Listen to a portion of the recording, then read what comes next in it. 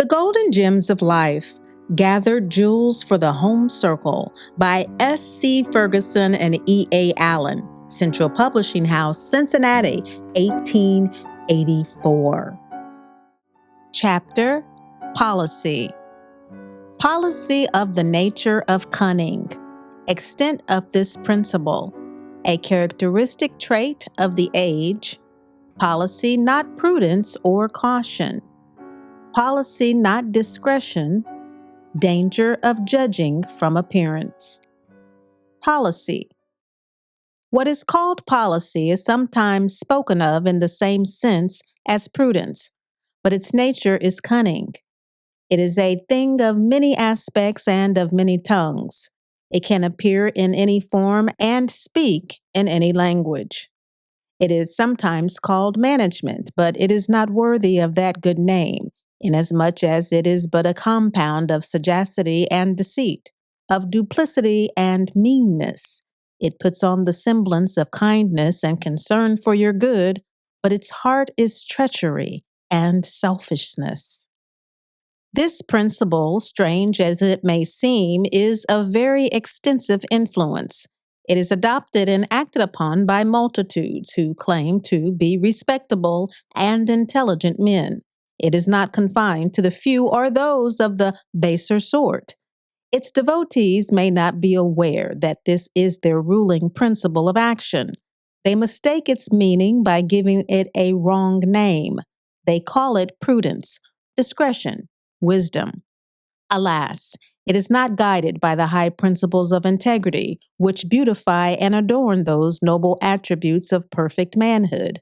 Its appropriate name is policy, the sister of cunning, the child of deception and duplicity. This principle of double dealing, of artful accommodation and management, is eminently characteristic of the present age.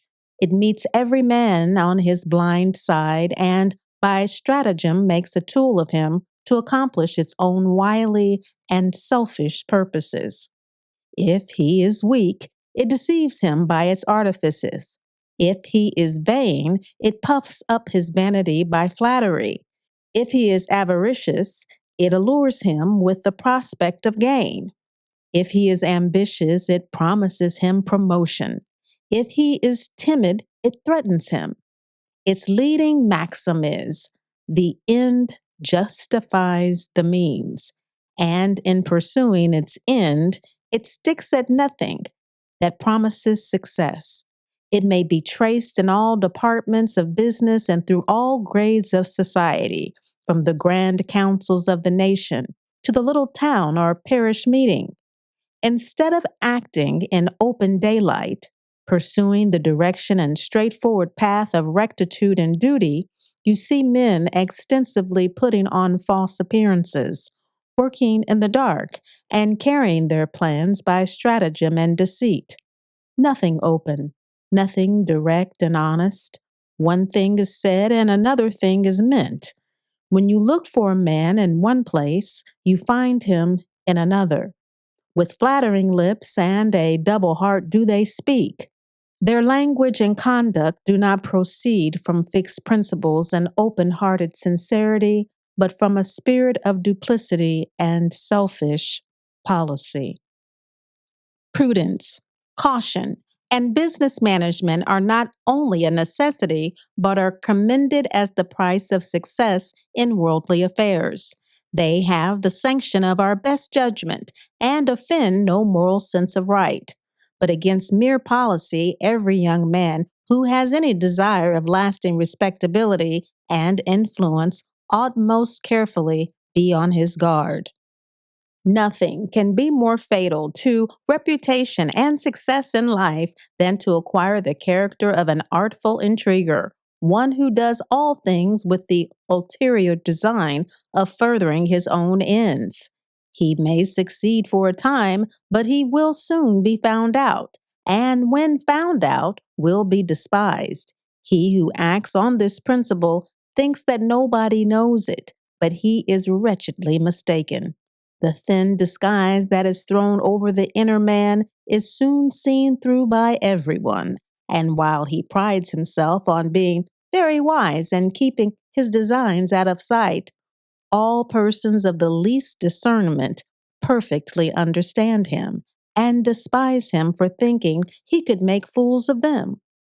People often mistake policy for discretion. There is a wide difference between the two traits. Policy is only the mimic of discretion, but may pass current with the mass in the same manner as vivacity is often mistaken for wit and gravity for wisdom. Policy has only private selfish aims and stops at nothing which may render these successful. Discretion has large and extended views, and like a well-formed eye, commands a wide horizon. Policy is a kind of short insight that discovers the minutest objects that are close at hand, but is not able to discover things at a distance. The whole power of policy is private. To say nothing and to do nothing is the utmost of its reach. Yet men thus narrow by nature and mean by art are sometimes able to rise by the miscarriage of bravery and openness of integrity, and watching failures and snatching opportunities obtain advantages which belong to higher characters. The observant man will not calculate any essential difference from mere appearances. The light laughter that bubbles on the lips often mantles over brackish depths of sadness, and the serious look may be the sober veil that covers a divine peace. The bosom may ache beneath diamond brooches, or a blithe heart dance under coarse wool sacks. By a kind of fashionable discipline, the eye is taught to brighten, the lip to smile, and the whole countenance to emanate the semblance of friendly welcome, while the bosom is unwarmed by a single spark of genuine kindness and goodwill. Grief and anxiety lie hidden under the golden ropes of prosperity, and the gloom of calamity is often cheered by the secret radiations of hope and comfort. As in the works of nature, the bog is sometimes covered with flowers, and the mine concealed in barren crags. Beware, so long as you live, of judging men by the outward appearance. But nothing feigned or violent can last long. Life becomes manifest. It will declare itself, and at last the worthless disguises are worn off.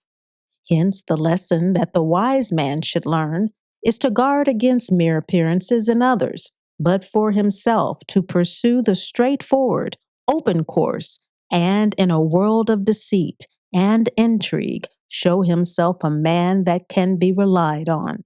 Thus will his life be influential for good, and after he is gone, his memory will be revered as that of an upright man.